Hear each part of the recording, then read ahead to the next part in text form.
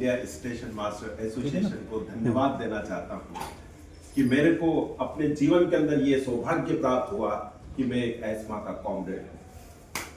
ये मंच जिससे प्रतिपादित है और प्रतिष्ठित है एस्मा का हर एक कॉमरेड अपने तन मन और धन से एस्मा की सेवा करता है। साथियों, हम अच्छी तरह जानते हैं कि 1953 के अंदर एक उत्तर भारत के स्टेशन मास्टर ने जब एक दक्षिण भारत के मैसूर के स्टेशन मास्टर को से बात करी। आप सोच सकते हैं 1953 के अंदर टेलीफोन भी नहीं था।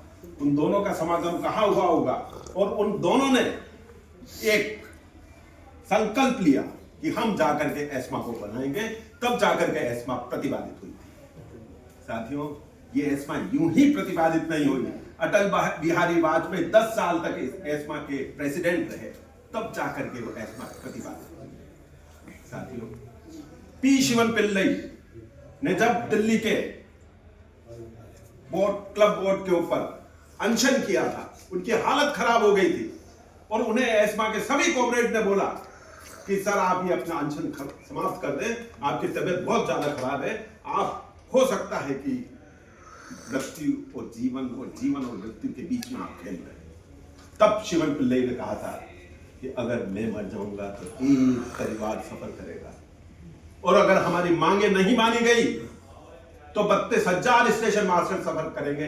तब जाकर के एस्मा प्रतिपादित हुई थी। साथियों, जब जॉन विंसेंट ने संकल्प लिया था कि एस्मा को आगे बढ़ाने के लिए मैं जमीन पे सोऊंगा, तब जाकर के एस्मा प्रतिपादित हुई थी।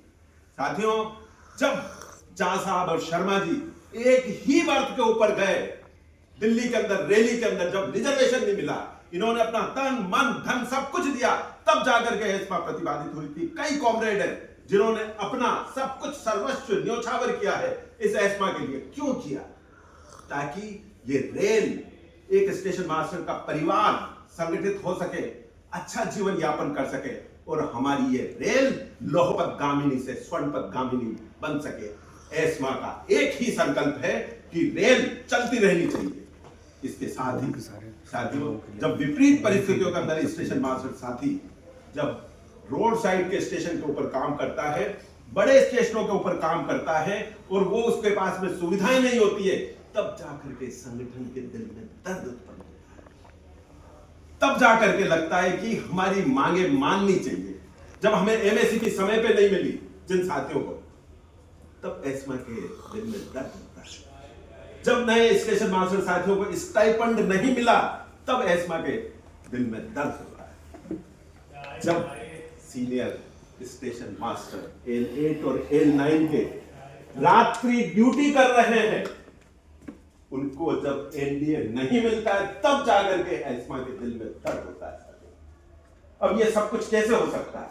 हम कैसे ये सब कुछ प्राप्त कर सकते हैं और कैसे हम रेल की सेवा कर सकते हैं? हम इस रेल को प्रगति पथ पे आगे कैसे बढ़ा सकते हैं? साथियों, आप अच्छी तरह जानते हैं हम अपना सर्वस्व न्योछावर कर रहे हैं। हमारी जो मांगे हैं उनको हम तरीके से रेलवे बोर्ड तक और बड़े बड़े अधिकारियों तक लेके जाते हैं। हमने अभी 2025 के अंदर सभी डीआरएम ऑफिस में, जीएम ऑफिस में जाकर के एस्मा की डायरी दी। एस्मा की डायरी एक अमूल्य धरोहर है एस्मा की। जिस भी अधिकारी को आपने एस्मा की डायरी दी, वो जीवन में अपने सेवा काल के अंदर कभी एस्मा को नहीं भूल पाया।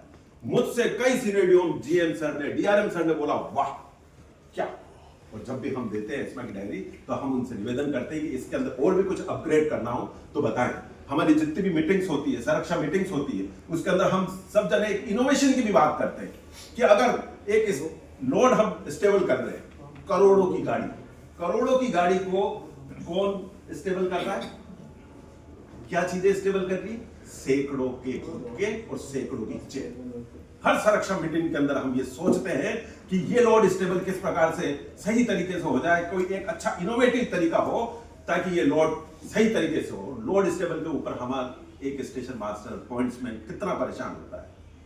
तो हम जहां पर भी जाते हैं एक इनोवेशन की बात करते हैं, इनोवेटिव रुख लेकर के हम जाते हैं।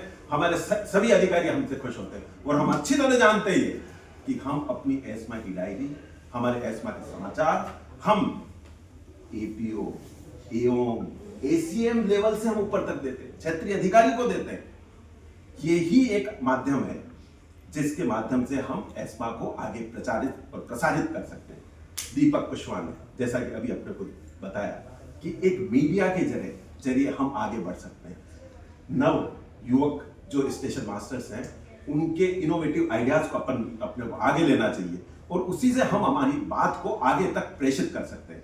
साथियों, हम अच्छी तरह जानते हैं, जब एक स्टेशन मास्टर अपने घर से ड्यूटी के लिए निकलता है तो उसकी पत्नी, उसके माता पिता कितना दिल पर एक बोझ रख करके उसको विदा करते हैं। हमें हर वक्त सबको शुभकामनाएं देनी चाहिए, पूरे रेल परिवार को देनी चाहिए, ताकि हमारी रेल सुरक्षित जाए।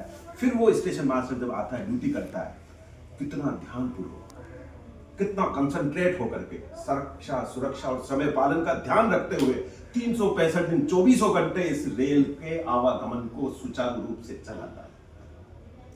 कितना दर्द है साथियों, कितना कंसंट्रेट होना, हर वक्त ये देखना कि कहीं कोई गलती ना हो जाए। फिर वो वापस घर जाता है। घर जब जाता है तो पत्नी, माता पिता कहते हैं कि आज की 8 घंटे की नौकरी पूर्ण हुई, कहीं कुछ नहीं हुआ। साथियों, ऐसा महसूस होता है कि नहीं होता है? होता है। लेकिन जब कभी भी बालासोर जैसी घटना होती है तो कौन शर्मिंदा होता है? रेल शर्मिंदा नहीं होती। हम ये महसूस करते हैं कि स्टेशन मास्टर शर्मिंदा हो रहा है। हम ये महसूस करते हैं कि एस्मा महसूस करती है एस्मा कि हम शर्मिंदा हो रहे हैं।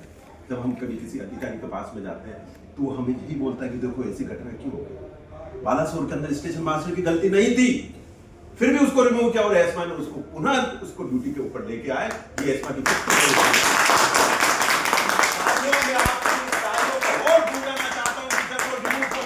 हुए थे। उन 2-3 महीने के अंदर एस्मा ने एक हैंडसम अमाउंट उनको दिया।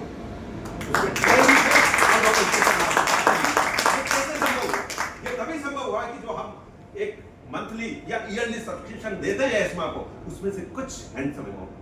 साथियों, मैं आपको ये बताना चाहता हूं कि हमारा सेंट्रल